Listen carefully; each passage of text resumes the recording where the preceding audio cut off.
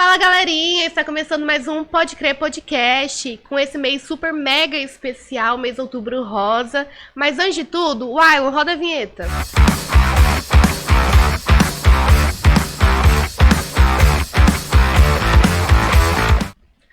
Fala galerinha, cá estou eu novamente para a alegria de vocês. E eu me chamo Tamires, mas como somos íntimos, me chamo Tami. E eu vou apresentar aqui minha parceira de podcast, minha companheira, a Giovana. Vai, Gil. Oi, galera. É muito bom estar aqui com vocês de novo. E como eu já disse, esse mês de outubro nós estamos com tudo. É o mês das mulheres e nós só temos convidadas ilustríssimas esse mês inteiro. Então não perca Nós estamos aqui com a nossa convidada, que tem um leque de conteúdo, que ela já foi auditora fiscal do Ministério do Trabalho por 25 anos, mais tempo que eu, professora de Direito do Trabalho com 20 anos, mão de ferro. Nós temos também ela que está cuidando do projeto do Setor 12, que é o projeto Semear, mãe do Felipe e da Marina, e claro, não podemos esquecer a avó do pequenininho Arthur. Nós estamos aqui com ela. Gilza, que prazer ter você aqui. Como você tá? Tudo bem, nossa, é um prazer imenso falar aqui com vocês. Eu sou, né, assisto assiduamente, né, as entrevistas e sempre falo com os meninos que iniciativa boa, né, que vocês tiveram, e a gente vê tanta gente boa, tanta gente que tem, assim, rica, né, de conteúdo para compartilhar. Então é uma alegria e é um prazer muito grande estar aqui com vocês também. A gente também. Falando em pessoa rica, a gente já te convidou, que já cumpre todos os requisitos, rica em conteúdo. Agora, fala um pouco pra gente sobre o projeto Semear do Setor 12. Como começou, como foi pra você, como é com as crianças, nos conta um pouquinho. Olha, o projeto, ele nasceu primeiro no coração do Irani. Então, ele falou: Gilza, nós vamos abrir um trabalho lá no Setor 12 e você vai coordenar. E ele já deixou isso, e eu falei para ele de início, né? Eu não tenho tempo. Desse jeito que eu tô falando aqui com vocês, falei para ele, eu não tenho tempo. E não tinha mesmo, porque eu trabalhava, né, como auditora fiscal, e eu andava o estado todo. Então, nessa época, eu viajava 3 semanas e ficava 1 semana em Ariquemes, mas o tempo que eu estava aqui, eu estava trabalhando também. Então, assim, não era que eu ficava aqui essa semana à toa, né, descansando, não. Eu trabalhava fora, né, rodando o estado todo, e trabalhava aqui em Ariquemes também, a região de Ariquemes também. E dava aula. E era mãe de 2 filhos e tinha uma casa para cuidar. Então, eu realmente não tinha tempo. Se eu fosse olhar a minha disponibilidade, não tinha. Então, minha resposta para ele foi, de início, assim, eu não tenho tempo. Ele não abriu mão. Ele falou: se você dá uma olhada lá no Setor 12, né, compra um terreno lá, a igreja vai construir, e você vai construir lá, e já deixou isso. Eu falei assim: eu não troco nenhuma torneira na minha casa, como que eu vou construir um local? Porque eu não fazia mesmo. Bem né? direta, Isso né? na minha casa eu não fazia, até hoje, né? Não faço. E ele simplesmente ele não abriu mão, ele não quis ouvir argumentos, ele não abriu mão, e ele me ligava o tempo todo. E aí, você já achou o terreno? E aí, não sei o quê. E eu cheguei a rodar lá o Setor 12 e eu não encontrei nenhum local que fosse apropriado. Falei para ele: não tem, né, local nenhum, não tem terreno, porque não sei se vocês conheciam o Setor 12, mas ele era bem cheio em cima das pedras, né? Então não tinha mesmo. Aí eu pensei que estava de boa, né? Aí ele chegou um dia para mim e falou assim: olha, eu já comprei um terreno. Então agora é só você construir. Eu falei: como? Eu não vou construir. Eu falei para ele: eu não tenho tempo para acompanhar uma obra. Aí o Osmar pai do Jefferson, né? Com todo carinho que ele é, todo zeloso, ele falou: não, você manda fazer a planta que eu vou construir para você. Aí eu peguei, fiz a planta, né, do jeito que eu idealizei, e ele construiu. E em dezembro de 2013, nós inauguramos o projeto. E foi assim, né, adiando, porque como eu falei para vocês, eu tava ali, né, se fosse olhar o meu tempo, eu não ia ter tempo. Nós iniciamos o projeto. E eu digo que a gente já começou grande, porque a gente já começou com 40 pessoas que foram na nossa inauguração. Eu fiquei radiante com aquilo, né? Nós fizemos um bolo bem grande, brigadeiro, né? E inauguramos o projeto com 44. Eu me lembro direitinho, né? De contabilizar 44. E eu já fiquei toda assim, animada. Isso me deu um gás. Inauguramos em dezembro e aí eu já tirei férias. Inaugurei e fui viajar, né? Tirei minhas férias, né? E quando eu voltei, aí a gente começou. E a nossa reunião é no sábado, porque eu não queria nada que fosse parecido com igreja. Seria um lugar para ensino da palavra de Deus, assistência, né, às pessoas daquela localidade, mas eu não queria nada que fosse parecido com igreja, porque lá no setor tem uma igreja em cada esquina, né, uma em cada esquina e no meio da rua, então eu não queria nada que fosse uma igreja. Por isso que nós escolhemos o sábado à tarde, né, para não parecer nada com a igreja. E hoje a gente tem já, né, nesses 9 anos, nós já atendemos assim uma média. No sábado passado mesmo, nós tivemos 181 pessoas. Né? Então nós temos uma média de 170 pessoas todo sábado. Então no início era para ser... Tô falando demais, né? Me interrompe à vontade. Então, no início, que era para atender só as crianças, a gente hoje também atende uma média de 50 adultos, né? Por sábado, nós temos 3 células de adultos no sábado, fora a célula dos jovens também, né? Então, aquilo que era para ser só de criança foi sendo ampliado e hoje a gente atende adultos, porque os adultos chegavam para deixar as crianças e ficavam por ali. E aí a gente vai deixar, né? Ou vai mandar embora, ó, você não pode ficar aqui? Aí a gente falou, não, então vamos fazer para os adultos também. Caraca, porque imagina, 44 pessoas no início já era muita gente, para hoje tá com 170, 180. Como Deus abençoou, né? Agora que nós estamos no número pré-pandemia. Porque a gente, na pré-pandemia, a gente já estava com esse número de 160, 170. Então, agora que nós estamos chegando novamente naquele número. Porque a gente, né, baixou, caiu lá embaixo, 100, 110 e vem subindo. Graças a Deus, vai sendo acrescentada a cada sábado. E é muito bom, porque eu faço uma média de lanche para 170 pessoas. E a gente fica feliz quando a gente tem que sair correndo e comprar, né, o lanche para complementar. Sempre vem alguém, né? Porque daí um pai leva um filho, aí chama o primo, a cunhado, o vizinho. Isso que é legal, né? Nós temos muitas pessoas que já são líderes lá do projeto, adultos, né, que vieram através das crianças.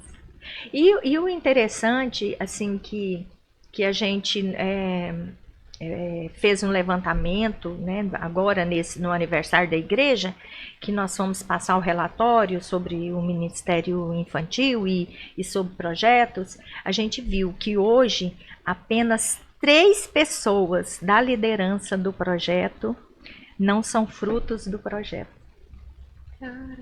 Caraca! 3. Nós temos lá uma média de entre líderes e líderes em treinamentos, né, umas 18 pessoas. E só 3 não foram ali frutos do projeto. Que bênção, né? Eu ia perguntar exatamente isso, porque foi crescendo a quantidade de gente no projeto e as mãos, os trabalhadores, como que foi fazendo, assim? No ao longo do início, tempo? no início foi bem difícil, porque a gente convidava as pessoas para estar lá com a gente, né? Eu comecei assim com as minhas lideradas, né? E foi bem difícil, porque as pessoas, se elas não têm aquele dom, aquele chamado para trabalhar com crianças, assim, não dá conta. É muito difícil, né? Então, era assim, eu preparava a palavra, eu preparava o lanche e eu dava a palavra, então era tipo assim, aquela expressão, né? Chutava e catava no gol. Então, assim, foi muito difícil no início.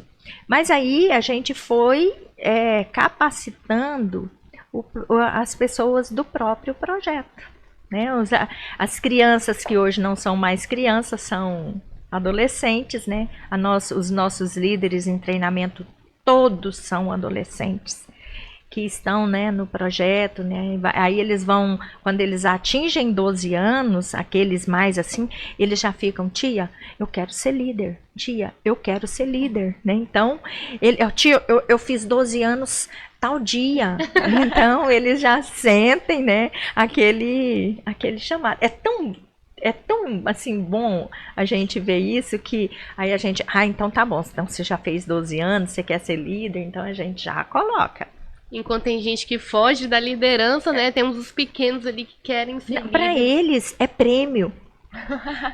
Interessante, né? Tia, você viu tanto que eu ajudei, você sabe que eu não desobedeço, eu quero ser líder, né? E eles ficam a última que entrou agora, uma menininha, aí eu cheguei, né, de viagem e vi, falei assim, a fulana tá na salinha, aí a Ruth, que me auxilia lá, né, falou, Gilza, não tinha como não colocar.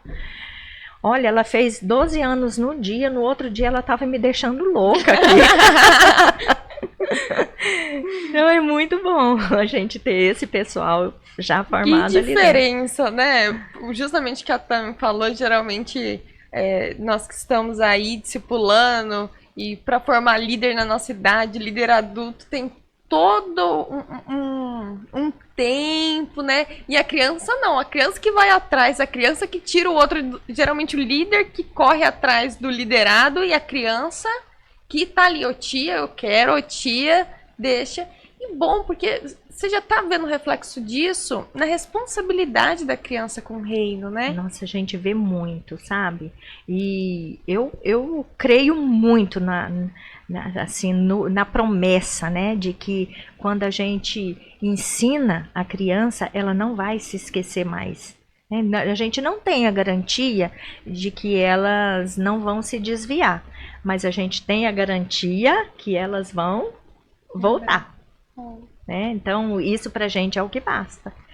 E a gente nunca vai saber a imensidão do que foi isso, né? O que vai gerar isso. Eu vou contar uma história aqui para vocês que eu acho assim que é o que vale para minha vida toda. Quando eu tinha 8 ou 9 anos, uma professora da minha irmã, ela nos levava, a gente morava em Brasília, numa cidade satélite de Brasília, e no sábado à tarde, olha a coincidência, né, que não é coincidência, foi uma coisa que Deus me fez ver também isso. No sábado à tarde, ela levava a mim e a minha irmã lá para casa dela, e ela dava aquele bolo formigueiro, uma fatia daquele bolo formigueiro, com um copo de tangue, e ensinava a Bíblia para nós. Clássico, né, o tangue. Aí, um dia, Deus me fez, né, me levou até aquela época. Essa professora, ela nunca vai saber o alcance daquilo que ela fez, né? Então, Da mesma forma, né? Eu nunca vou saber, né, o alcance que essas crianças que hoje recebem ali um cachorro quente, né, com um copo de refrigerante ou um iogurte, né, eu nunca vou saber, né, até onde isso chegou, mas o que eu sei,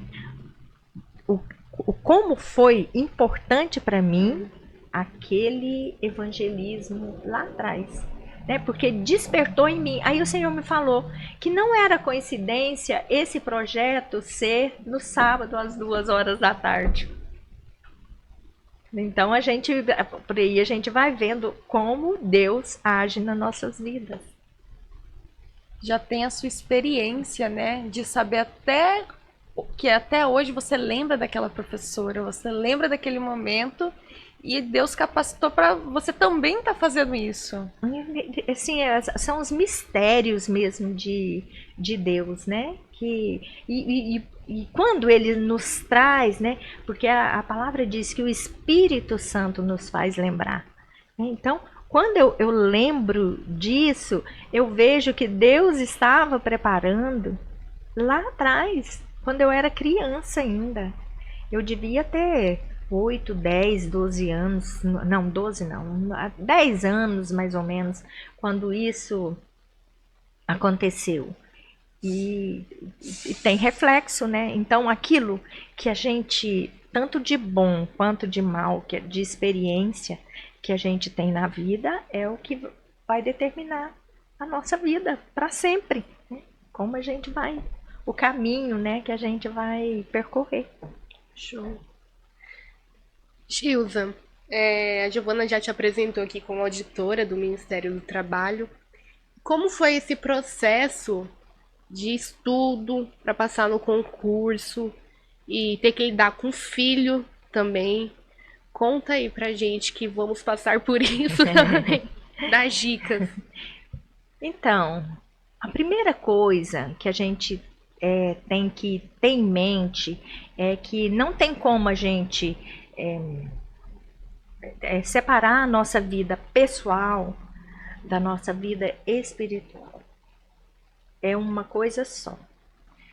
Lá em Provérbios diz que a gente pode fazer planos, mas a resposta certa vem do Senhor. Então, os nossos planos, eles têm que estar alinhados com o Senhor, com a obra do Senhor. A gente não pode nunca perder esse foco, porque o dia que a gente perder esse foco, a gente perdeu a graça, né, do Senhor. Então, quando eu decidi, eu trabalhava aqui em Ariquemes e eu decidi que eu ia para Goiânia e estudar para fazer concurso. E foi uma decisão muito difícil, porque eu teria que deixar a minha casa, né? Eu tinha uma casa muito espaçosa e eu tinha o meu emprego e eu tinha que deixar tudo isso e começar do zero. Mas na época eu procurei uma irmã que era muito experiente, que estava aqui conosco, ela faleceu há pouco tempo, a irmã Helena, e eu fui me aconselhar com ela, porque era uma decisão muito pesada que eu deveria tomar, né? Aí eu fui me aconselhar, e ela, quando eu falei, né, expliquei tudo para ela, ela falou assim: Gilza, se eu fosse dizer de mim, eu acho que você não deveria ir. Mas nós vamos consultar o Senhor, ver se Ele permite você ir. E ela orou e leu a palavra. E foi lá em 1 Samuel, quando fala, né, que Deus ungiu Davi rei de Israel. E quando ela leu, ela falou assim: Deus está te autorizando a ir. Aí eu fui. Larguei tudo, né, e fui. Comecei do zero, estudar do zero. E eu estudava muito. Eu estudava descia, né, para o salão de festas do prédio onde eu estava morando. E eu descia 8 horas da manhã e subia 6 da tarde. A moça que trabalhava comigo levava comida lá embaixo para mim. Eu almoçava lá. E eu estudava. Estudava. E eu tinha o foco, né? Para mim era magistratura. Eu queria magistratura do trabalho. Eu fiz 5 concursos. Eu já estava chegando, eu já tinha passado na fase de sentença. Eu já estava na prova escrita, reprovava, né, na prova escrita. E quando surgiu o concurso do Ministério do Trabalho, aí eu resolvi fazer. E eu tinha um professor na especialização que era professor de Direito do Trabalho e ele era auditor. Ele é, na época, fiscal do Ministério do Trabalho, depois que recebeu esse nome de auditor fiscal. Mas ele era fiscal do trabalho. E ele me inspirava muito, e eu resolvi fazer esse concurso. E nesse período, eu fui para Goiânia em abril, e esse concurso foi em dezembro. Nesse período, eu passei também para procuradora do estado do Tocantins. Aí, só que era uma coisa que não tinha, né? Não tinha como eu fazer. Porque o meu marido, que morava aqui, não ia sair daqui para poder ir para o Tocantins. Então, mas foi muito rápido eu ter passado lá em Tocantins. Mas eu não me assumi lá. Mas foi assim, uma coisa que foi um presente de Deus para mim. Porque de início, tinha só 20 vagas para esse concurso e eu passei em 36º. Então eu fiquei fora. Mas só que Deus dobrou as vagas exatamente para eu poder assumir, porque aí eu sempre brincava com os meus colegas, né? Quem estava depois do 21º, vocês estão tudo aqui porque Deus quis, por minha causa, né? Porque foi por minha causa que Deus dobrou as vagas do concurso. Mas por que ele fez isso? Para eu ver que não era um esforço meu. Eu só entrei ali porque ele permitiu. Não foi pela minha força, não foi pela minha inteligência, não foi porque ele quis, ele me deu de presente. Engraçado, porque sempre quando eu escutava a história, eu esperava que você fosse falar aqui, assim, 2º, 4º, 5º lugar. E, literalmente, Deus dobrou para você entrar. Deus dobrou as vagas, não era para eu ter entrado, não. Eu não posso ter nenhuma soberba disso, porque literalmente foi ele que me deu. Sorte daqueles que estavam um pouco antes de você e depois dos 20, que também teve oportunidade. Foi, eu sempre brincava com eles nesse sentido, né? Ninguém nunca pagou um churrasco para te agradecer, não? Eles nem creem nisso, né? Mas eu tenho convicção disso. E é para eu não ter nenhum orgulho, porque não foi mérito meu, foi presente de Deus para minha vida. Gente, já fica a dica, a gente tem que andar com quem tem a fé forte. Exato. Porque nem que não for pela sua fé, fica na esperança de ser na fé de quem tá perto. Exatamente. Olha a dica. A gente abençoa quem tá perto, né? Toda vez que eu fazer um concurso, eu vou analisar quem tá lá na lista e pesquisar ali. É isso aí, né? A gente tem que pensar isso mesmo, né? E é sempre aquele pensamento alinhado com o Senhor. Se for da vontade do Senhor, eu vou. Se não for da vontade do Senhor, eu não vou, né? Então, já que estamos falando sobre o seu trabalho, e a gente sabe que um auditor, né, do Ministério do Trabalho trabalha muito, né? E às vezes sai da cidade. Como que era para você lidar com isso, trabalhando muito e também ali comandar, fiscalizar o projeto, também tá dentro da obra, não deixar o seu trabalho te atrapalhar nas coisas do reino, porque a gente sabe que isso acontece muito, né? As pessoas às vezes estão alinhadas no reino, conseguem um trabalho, aí o trabalho toma conta da vida, esquece do reino. Como que você fez para poder lidar com isso? Olha, quando a gente tem um compromisso com o Senhor, a gente sabe que, em primeiro lugar, é o reino. Às vezes isso é muito difícil. Só que eu tenho plena convicção, como foi o Senhor quem me deu o trabalho, né? Uma coisa tinha que andar com a outra, né? Não tem como a gente desvencilhar. Quando eu fiz o concurso, nós passamos, eu não me lembro agora se foi 60 dias ou se foi 90 dias, num treinamento lá em Porto Velho. E o concurso foi de 2 fases. Era a primeira eliminatória e a segunda era eliminatória e classificatória. Então, depois que a gente fez o treinamento, a gente fez outra prova e a gente tinha que passar nessa prova, porque senão não adiantaria eu ter passado na primeira. E no último dia que nós fizemos o treinamento, que nós fizemos já a prova, que eu não, né, se passasse, ficava aguardando só ser chamado.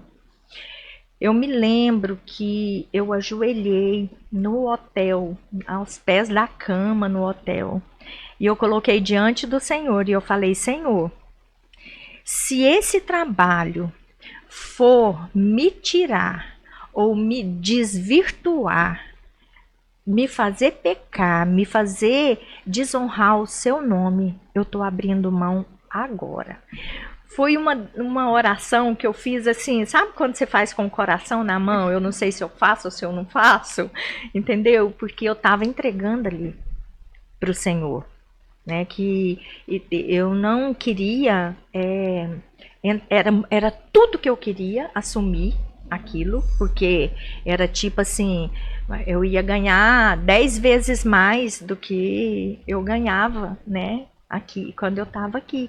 Eu queria muito, era o sonho, e até hoje, né? Quem é que não quer ser auditor, né? Da Receita, do Ministério do Trabalho, porque é uma coisa que é muito sólida.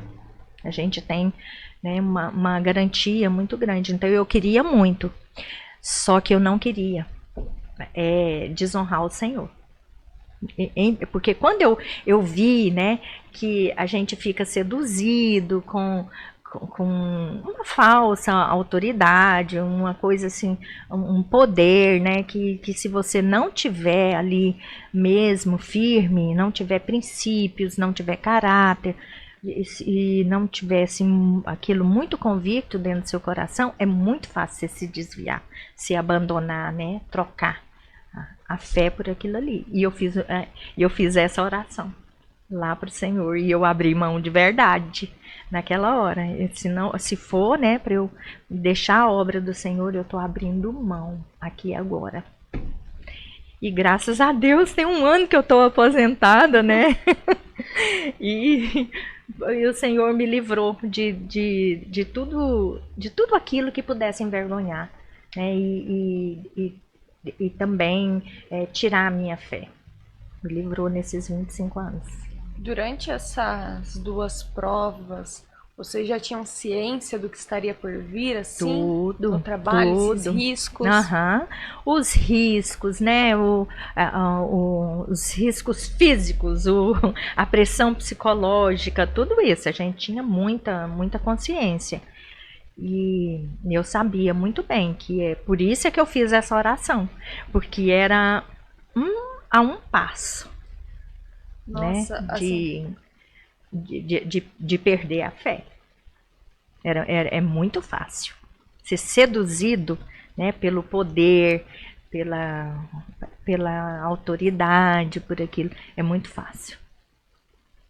Por mais que fosse um sonho do seu coração, você ainda colocou diante do Senhor já com esse medo de perder a fidelidade com Deus por essas coisas mundanas, né? Que todo mundo pode estar sujeito a isso.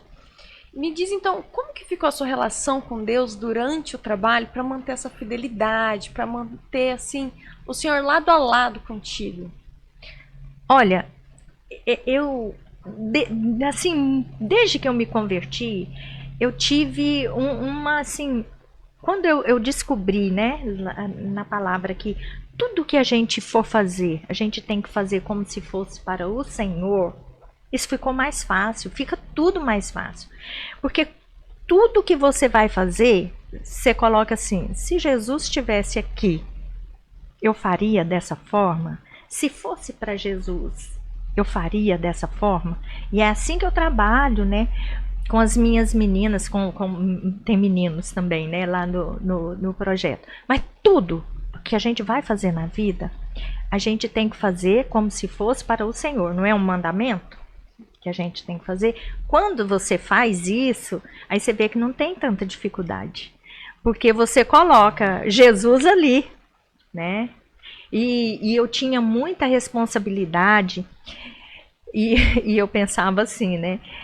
Como que eu vou fazer uma coisa e ser uma coisa aqui no meu trabalho e ser outra coisa na igreja para aquelas pessoas ali? Não dá.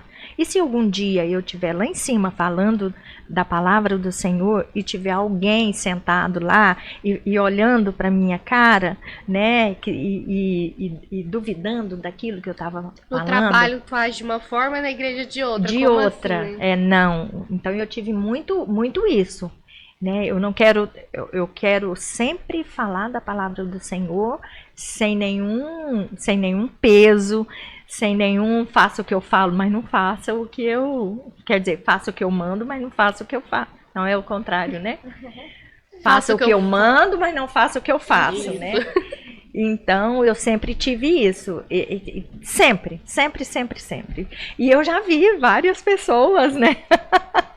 Que eu tô lá pregando e eu olho, né?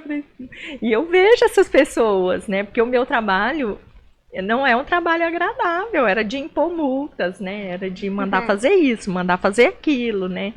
Então, mas eu sempre tive esse cuidado. Impondo uma multa aqui, mas Deus te abençoe. Ninguém queria a visita dela, ninguém. Ninguém queria. Tava comentando, a Tami comentou também, justamente como que foi para você gerir esse trabalho no Senhor, que agora falando, realmente me destacou essa dificuldade que poderia ter durante esse trabalho, o exercício, mesmo sendo um sonho, e nos deixa um alerta, porque a gente está nessa fase agora que a gente está com tantos sonhos, colocando tanta coisa diante do Senhor, e a gente está ali só para a hora da conquista do sonho. Só que durante o caminhar, a gente tem que ter essa consciência.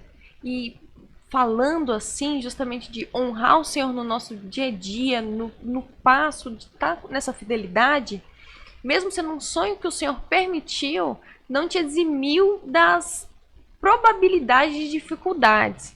Seja por... Você comentou sobre a questão de poder, esse falso poder, tudo isso, né? Como é importante a gente colocar o Senhor nos nossos sonhos. E você comentou que você teve todo esse cuidado de entregar para Deus, mas o seu projeto ainda continuou.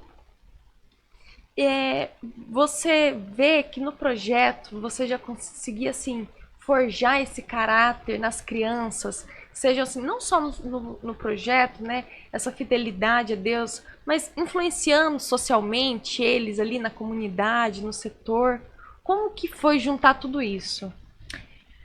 Olha, a gente tem que ter foco, né? Você tem que ter objetivo. Qual que é o objetivo que a gente tem com essas crianças ali? É uma coisa que arde no meu coração. É assim, quando eu olho aquelas crianças, eu quero que aquelas crianças, elas sejam tão bem-sucedidas, elas sejam tão abençoadas, que elas possam também, né, contagiar outras pessoas. Eu olho para aquelas crianças e eu penso, a única coisa que eu penso é que Deus está nos dando a oportunidade de mudar o destino daquelas crianças. E uma coisa que eu sei é que onde o Senhor entra, Ele transforma. Então, se a gente for olhar potencialmente aquelas crianças, né, muitas delas,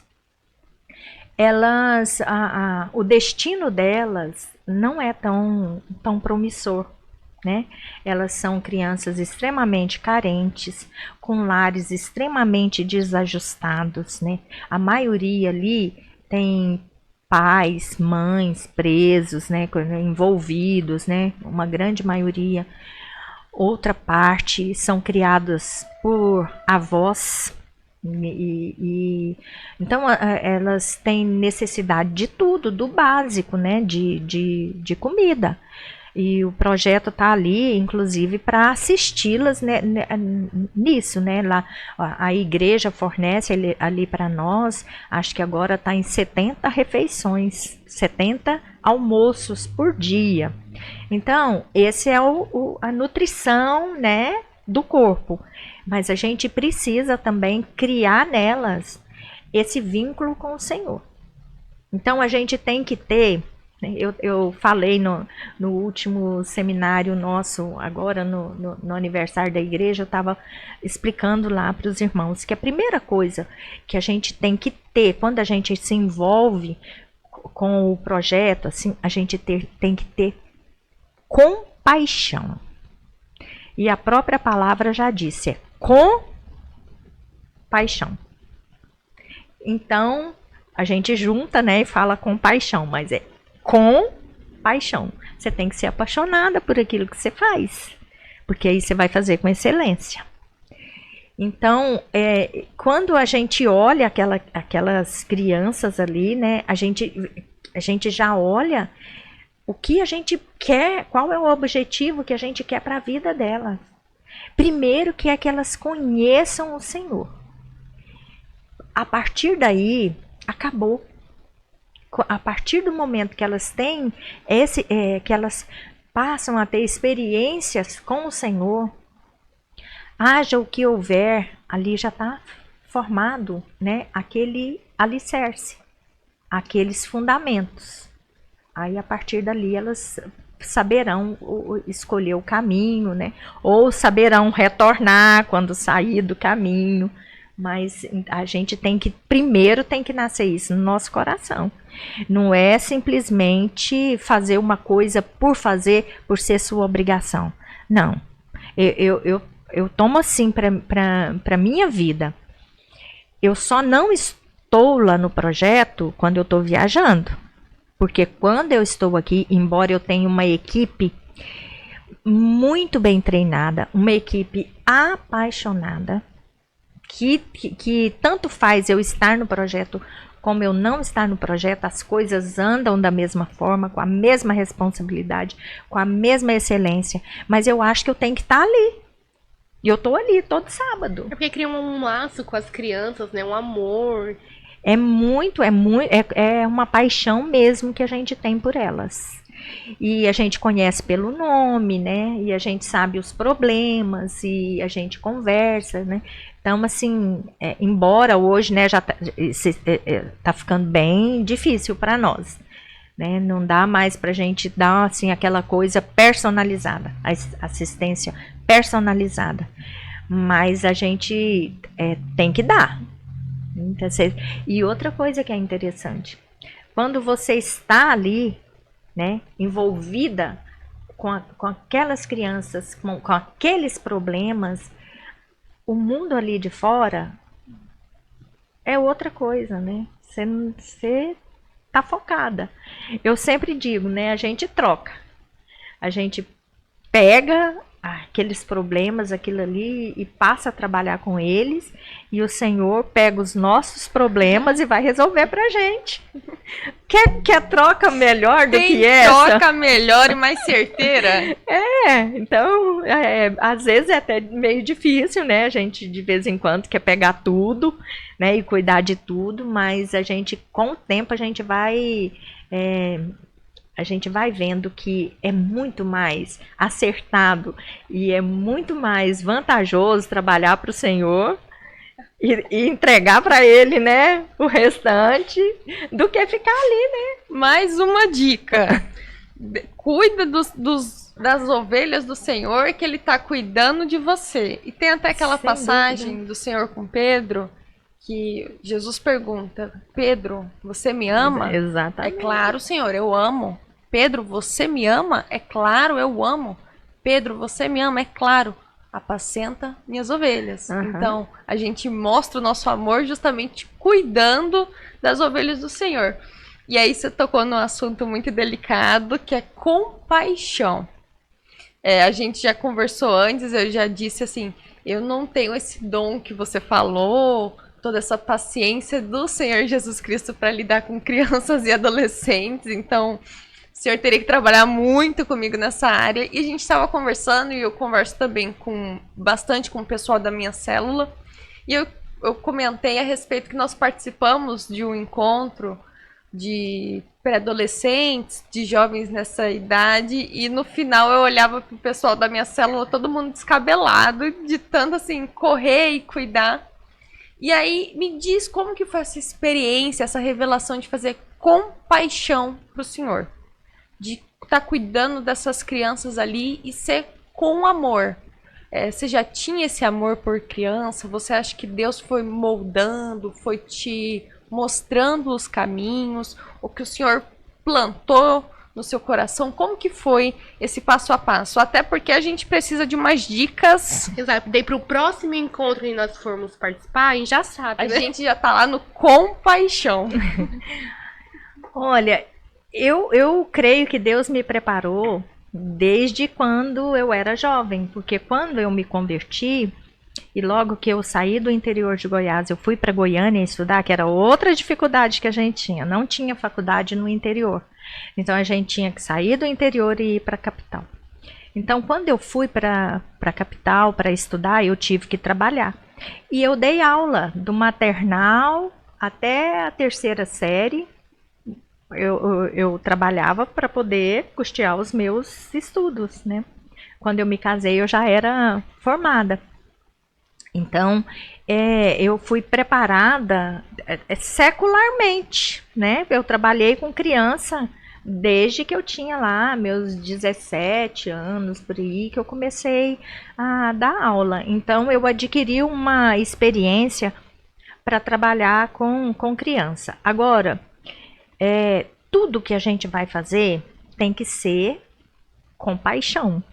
Porque quando a gente faz aquilo que a gente não gosta, é muito difícil, é muito pesado, né? Então, é uma coisa assim que eu não tenho muita paciência com adulto mimizento, não, sabe? Eu acho muito mais fácil trabalhar com criança, né? Você fala, não é não, sim, sim. Não é não, e para mim eu acho que tem que ser, não é não e sim, sim, né? Então, lá no projeto a gente trabalha dessa forma. E eu estava contando a experiência, né, de uma criança que 4 crianças, né, terrorzinhos que lá do projeto que foram levados lá para mim, né, porque estava dando problema. Aí eu nem lembro o que eu apliquei lá na hora, o que eu falei para eles. Aí um deles falou para mim: tia, mas logo eu que sou o seu favorito. Aí então, né, eu vi como é que eles se sentem, né, na cabecinha dele, né, a forma que a gente olha, a forma que a gente conversa, e ele é bem terrível mesmo. Então, a forma que a gente olha, a forma como que a gente conversa, a forma como a gente conduz a situação, faz com que eles se sintam o favorito, né? Então, é dessa forma que a gente traz as crianças para nós, né?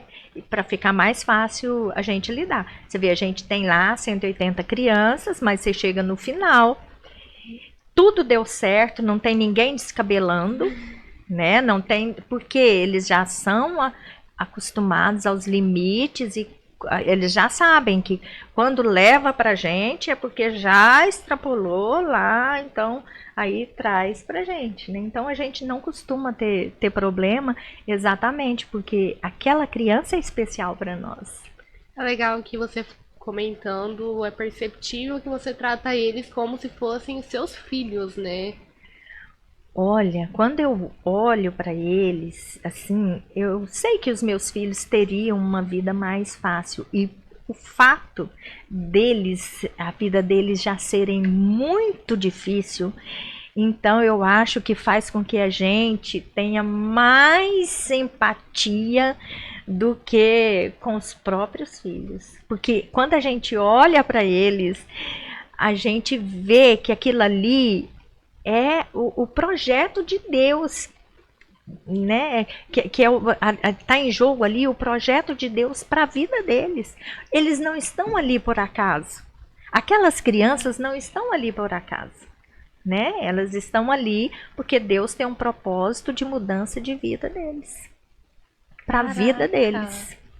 Olha, eu sempre tive muita dificuldade de enxergar o reino de Deus nas crianças, assim, para as crianças, né? Porque eu nunca consegui, na verdade, eu nunca vi de perto como que funcionaria no tratamento. Mas você falando aqui, parece que minha cabeça abriu de todos os lados, que é justamente o Senhor está escolhendo e separando os pequenos. O Senhor está dando essa oportunidade de conhecer a palavra agora, para lá na frente lembrar. Gente, olha o peso e importância disso, né? E aí, você falando, a gente vê assim, que o projeto, ele, claro que tem toda essa função social, de alimento ali, mas ele literalmente é um ponto de distribuição do amor de Cristo. A gente tem que tirar a igreja de dentro das paredes, ali, né, do auditório, a gente tirar a igreja dali e a igreja ir para fora, né? Porque a gente não... Muitas dessas crianças, não é só criança não, adultos também. Nós temos adultos lá que vieram para o projeto através dos filhos e hoje já são líderes de outras células, né? Então a gente pega a igreja, né, que somos nós, e vamos sair para fora. Esse negócio de servir ao Senhor só ali no sábado e cantar, isso aí não tem valor nenhum, só serve para alimentar a sua alma. Mas e aí, o que nós estamos fazendo para o reino? Né? Qual que é o sentido da nossa vida? Se a gente não estiver fazendo, né, aquilo que o Senhor pediu lá para...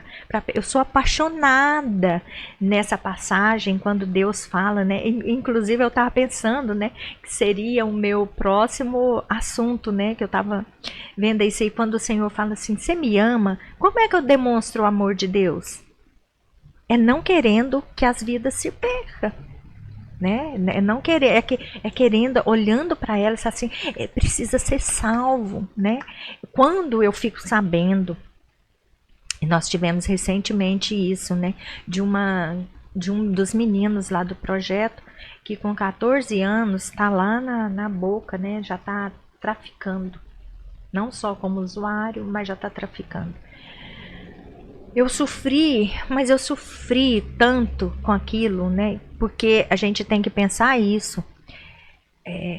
A igreja tem que fazer diferença na vida das pessoas. E aí veio a minha responsabilidade. Eu falei, essa criança passou por nós. Então, ela estava lá desde os 6 anos de idade. Aí ela saiu, ela ficou, eu estava fazendo as contas, ela deve ter ficado com a gente ali uns 3, 4 anos. Mas aí me vem o consolo, né? Foi plantada a sementinha no coração dela. Então, a gente tem que crer, né? Que ela não vai se esquecer daquilo que ela aprendeu. Mas é a gente olhar isso e não querer mais isso.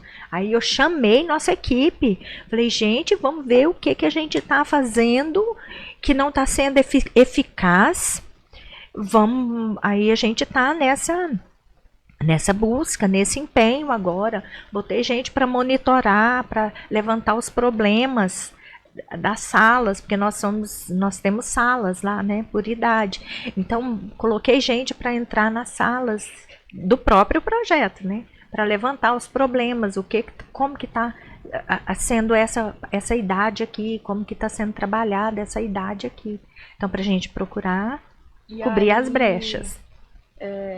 Entrar assim já partiria para os problemas pessoais, não seria? Para os problemas do dia a dia, talvez da escola.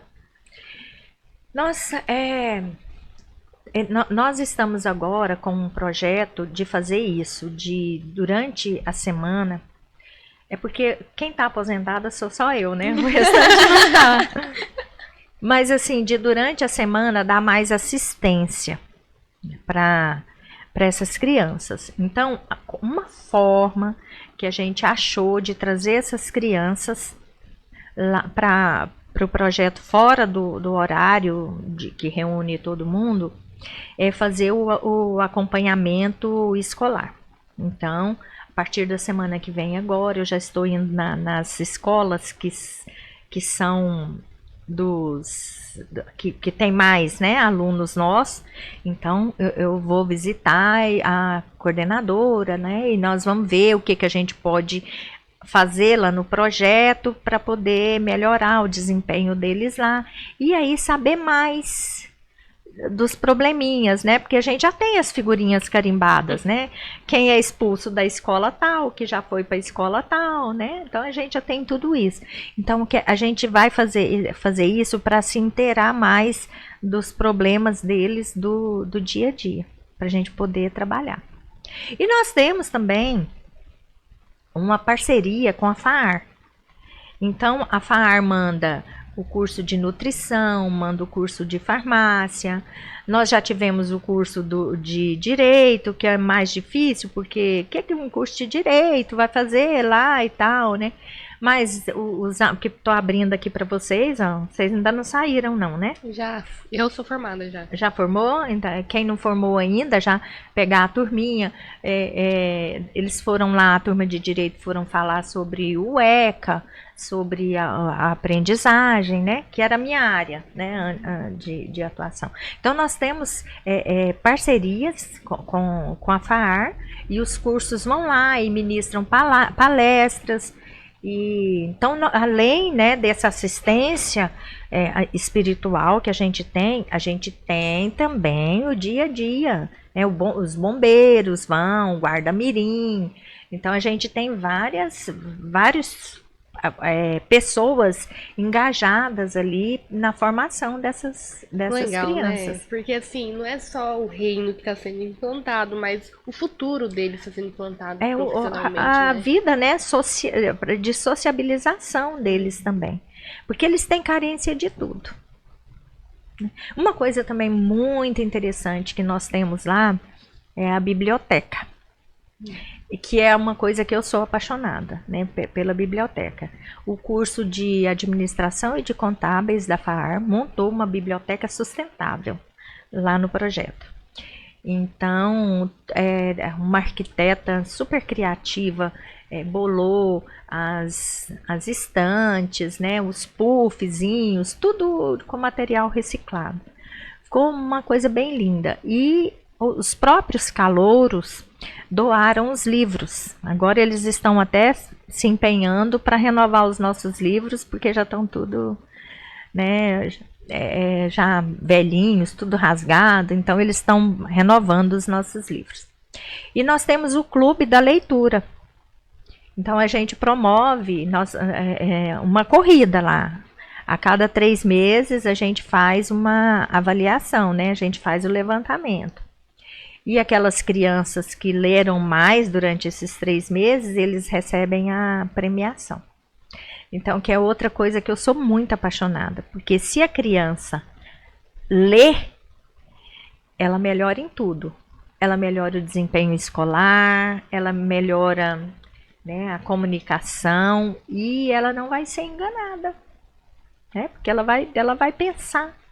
Então, eu sou muito apaixonada nesse clube da leitura nosso. O projeto recebe doações de livros? De livros literários. Uhum. Porque livros didáticos não tem como a gente aplicar. Então, livros literários. Quem sempre, né, alimentou a nossa biblioteca foram os calouros que vão entrando na FAAR. De tempo em tempo, né, o professor Johnny e o professor Flávio, eles ficam encarregados dessa parte da biblioteca. Você vê que o projeto, o bom de trazer aqui, você vir falar sobre ele, é justamente que nos mostra esse valor que cada criança é importante ali, né? Tem uma preocupação com cada criança e a preocupação vai muito além do que sábado às 2 horas no projeto. A preocupação é justamente na vida como um todo, esse acompanhamento. Eu nunca vi isso na minha vida toda. Na verdade, você falou agora desse projeto, eu fiquei... De novo, minha cabeça abriu, assim, porque... como a gente vê que Deus cuida, né? Como Deus nutre essa vontade, esse amor, essa vontade de ir lá e cuidar de quem não está sendo cuidado, de quem naturalmente talvez não tenha nenhum suporte. E Deus vai preparando toda essa rede. Nossa, e é tão interessante isso, que quando os acadêmicos vão, eles se apaixonam tanto. É muito interessante. Eu tenho fotos e fotos, assim, né, de pessoas que já saíram há 10 anos de lá e que contribuíram. E é assim, todo mundo que passa por lá, quando termina, fica apaixonado. Os professores que se envolvem também, quando conhecem, falam assim, nossa, eu não sabia que existia isso aqui, sabe? E eles já planejam o próximo encontro. Então, assim, esse semestre ainda não iniciamos, mas o semestre passado foi até o último dia do semestre letivo, a participação, né? Quem coordena essa participação dos acadêmicos é a professora Jacqueline Branduber. Ela que coordena, ela que faz calendário, ela que programa, né? Então, tudo que a gente tem ali é muito útil para o desenvolvimento intelectual, né, social dessas crianças. Gil, você falou que prefere cuidar das criancinhas, agora eu já entendi um pouco o porquê, mas eu penso que você é à frente disso tudo, você é espelho, você é líder de todos aqueles que estão ali te acompanhando nessa caminhada cristã, espiritual, e cuidando do projeto contigo, né? Que sejam os líderes, chama lá de líderes ou professores? Líderes. Os líderes. Como que você vê essa responsabilidade também de estar à frente como exemplo, motivando eles? Como que é para você? Porque ali também é dia a dia, né? É dia a dia. E é interessante porque a gente ali não se sente especial, não. É o contrário, né? Como é que você se vê como espelho? Como eu me porto? Não é só supervisionando e olhando por cima, não. Eu vou ali, eu ajudo a preparar o lanche, eu ajudo a servir o lanche, eu ajudo ali em tudo, né? Então, as pessoas, quando a gente tá à frente de alguma coisa, você tem que ser o primeiro, né? Você não pode se dar, porque senão você vai criar parasitas ali, né? É muita responsabilidade isso, porque eu quero morrer e deixar pessoas para poder cuidar daquilo ali, para não deixar o trabalho morrer. Acabar, né? Então, como é que eu tenho que proceder? É ali trabalhando, fazendo, junto ali com todo mundo, não tem diferença não, eu não sou diferente de ninguém ali, eu trabalho tanto quanto elas, eu faço tanto quanto elas, é dessa forma. Então, justamente a pergunta foi realmente nisso, né? Não é líder como eu estou aqui mandando, mas essa responsabilidade de estar à frente, né?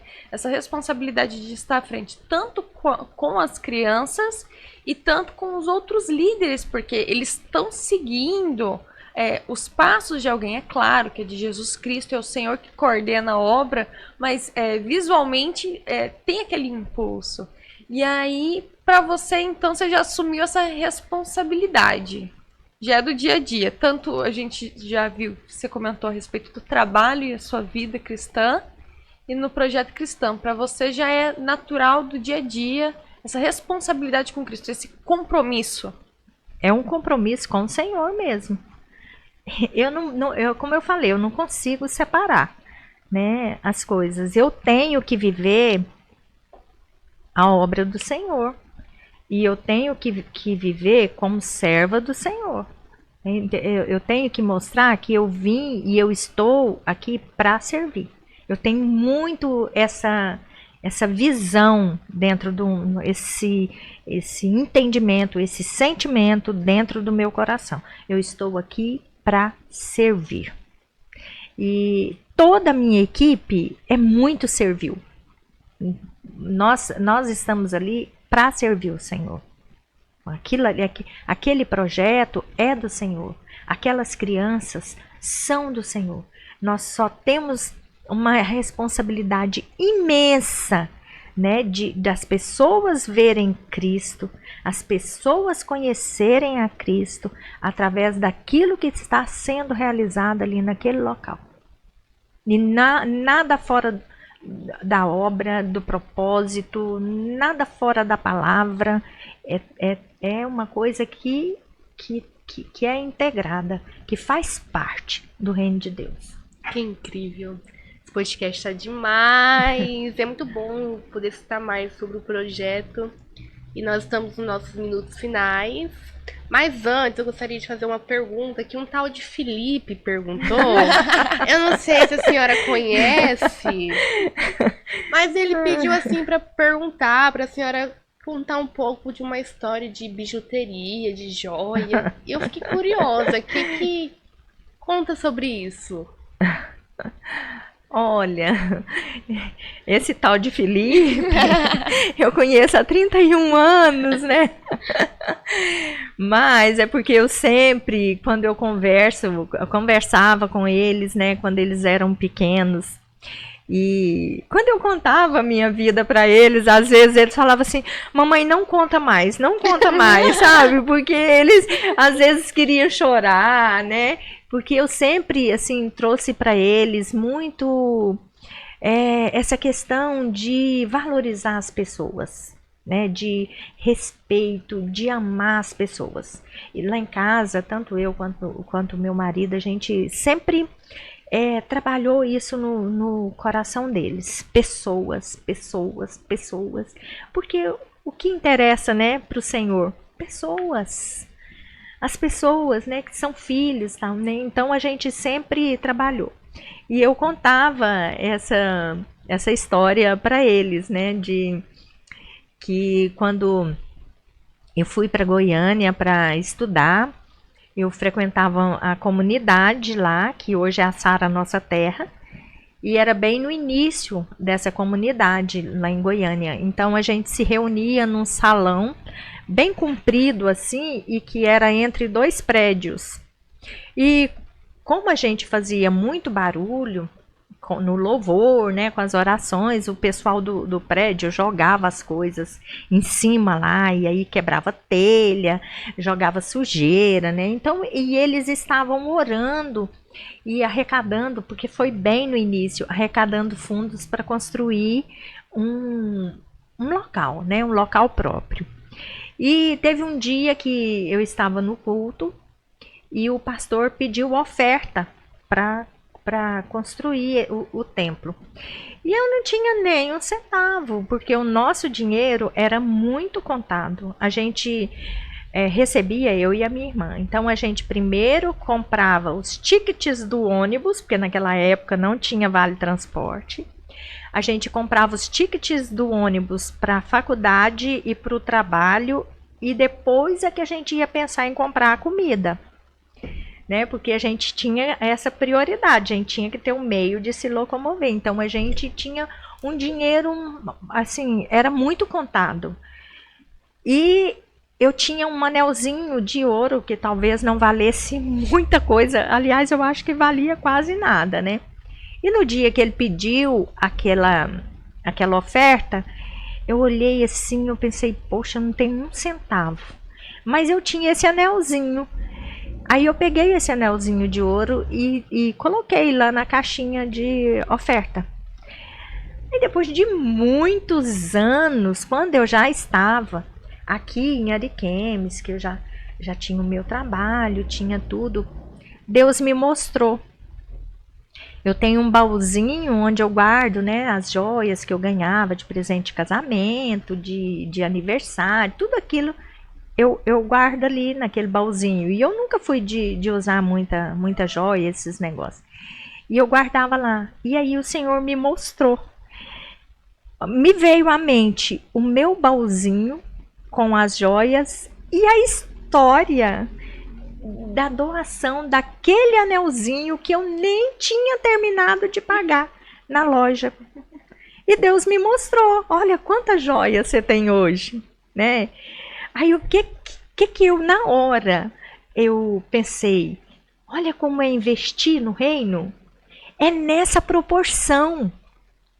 O investimento no reino é o investimento mais seguro que tem e mais rentável. Exatamente. Quantas vezes a gente deixa, né? A gente tem um certo receio de deixar algo assim que Deus está pedindo, mas sem saber que na frente Deus vai nos proporcionar tanto, né? Gente, mas isso é muito certo. Eu não sei por que a gente ainda fica, sabe, nessa coisa assim, né?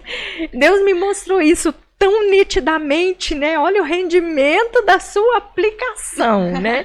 O que surgiu? E não foi em coisas diferentes para eu pensar assim, não tem nada a ver. Não, eu doei aquele anelzinho que não valia quase nada e que era a única coisa que eu tinha e que eu nem tinha terminado de pagar. E olha lá, eu nem uso aquilo mais que eu tenho. Olha o que aquilo rendeu. E detalhe, né? Nem tinha terminado de pagar. Não tinha terminado de pagar. Metade ainda era da loja. Eu não sei quanto tempo depois eu ainda fiquei pagando aquele anelzinho, né? Que não valia nada, né? Uma última perguntinha. A gente sabe que nesses últimos dias, mas não só nesses últimos dias, nós cristãos temos que lutar pelos nossos princípios e valores, né? E como que, para você, uma dica, como que é manter a integridade com Deus em meio a tanta defesa pelo errado e ódio pelo certo? Olha, a gente tem que ter muito dentro do nosso coração firmes os princípios da palavra do Senhor. A gente pode fazer de tudo nessa vida, desde que estejam dentro desses princípios. Esses princípios, eles precisam ser preservados, esses princípios, eles precisam ser anunciados e não tem como a gente fugir. Então, não fica difícil quando você conhece os princípios e anda dentro desses princípios. É isso que a gente tem que ter no nosso coração. Os princípios da palavra de Deus são inegociáveis, não tem como. Se a gente fizer isso, a gente não vai perder integridade, a gente não vai achar difícil. A gente tem os princípios e nós vamos firmar nesses princípios. Show. Gilza, deixa um recadinho para os jovens que estão nos assistindo, os adultos também, enfim. Essa câmera, fica à vontade. Olha, a primeira coisa assim que eu acho que a gente não pode fazer é separar a nossa vida natural, né, cotidiana, da vida espiritual. Uma coisa não anula a outra. Nós somos uma pessoa, nós somos do Senhor e para o Senhor. Outra coisa também que eu deixo para vocês não tem coisa melhor do que nós trocarmos, né, o nosso fardo pelo fardo do Senhor, pela obra do Senhor. Então a gente pega a nossa vida, né, e entrega para o Senhor e passa a viver a vida da obra do Senhor, a vida na obra do Senhor. Então a gente não vai tirar férias, né? A nossa vida é aquela vida, dessa forma que a gente vai viver. E uma coisa muito preciosa que não dá errado é fazer tudo como se fosse para o Senhor. Eu tive uma oportunidade para falar para uma turma de formandos de direito. Eu fui a paraninfa deles e eu falei sobre isso, né? Porque eu falei, o que eu vou falar para eles, né? Eu falei para a turma de direito isso. Então, você vai fazer uma petição, você faz a melhor que você consegue fazer. Você vai fazer, né, construir uma casa, você vai fazer a melhor construção que você sabe fazer. Então, é tudo como se fosse para o Senhor. Na nossa vida, dessa forma. Gilza, eu amei. Muito obrigada por ter aceito participar. Precisamos da parte 2, Com porque certeza. eu acho que tem muita coisa que a gente precisa aprender ainda. E... Giovana, suas considerações finais? Olha, foi um prazer ter você aqui. Que conhecimento prático no reino do Senhor que você, eu acho que você assim não consegue nem ter noção do tanto que o Senhor fala com a gente, né? É a mesma história da sua professora, né? Você ensina as palavras do Senhor e você não consegue enxergar até onde que percorre. Como é bom você vir aqui conosco e trazer esse amor individual pelas crianças. Eu aprendi tanto te escutando a respeito desse projeto e a gente vê que o reino do Senhor é o melhor investimento em todas as áreas. Porque se a gente resumir a nossa 1 hora que nós passamos aqui, é você confirmando que o melhor investimento que nós temos, seja de tempo, de trabalho, de família, é investindo no reino, entregando para o Senhor. Então, foi muito bom ter você aqui.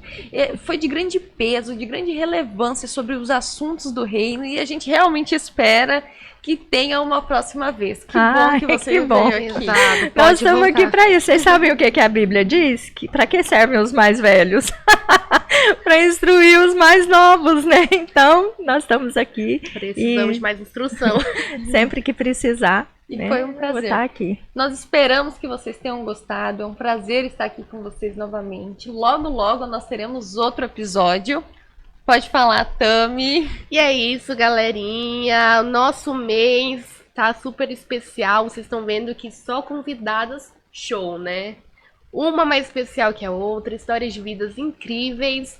Mas o mês ainda não acabou. Fiquem ligadinhos no próximo episódio. E esse episódio de hoje, curtem, compartilha com os amigos, manda pro parente, pro amigo, pro vizinho. Mas vamos expandir esse episódio, os outros também, que ó, é um melhor que o outro. E fiquem ligadinhos no próximo, é isso aí. Fiquem com Deus e até a próxima.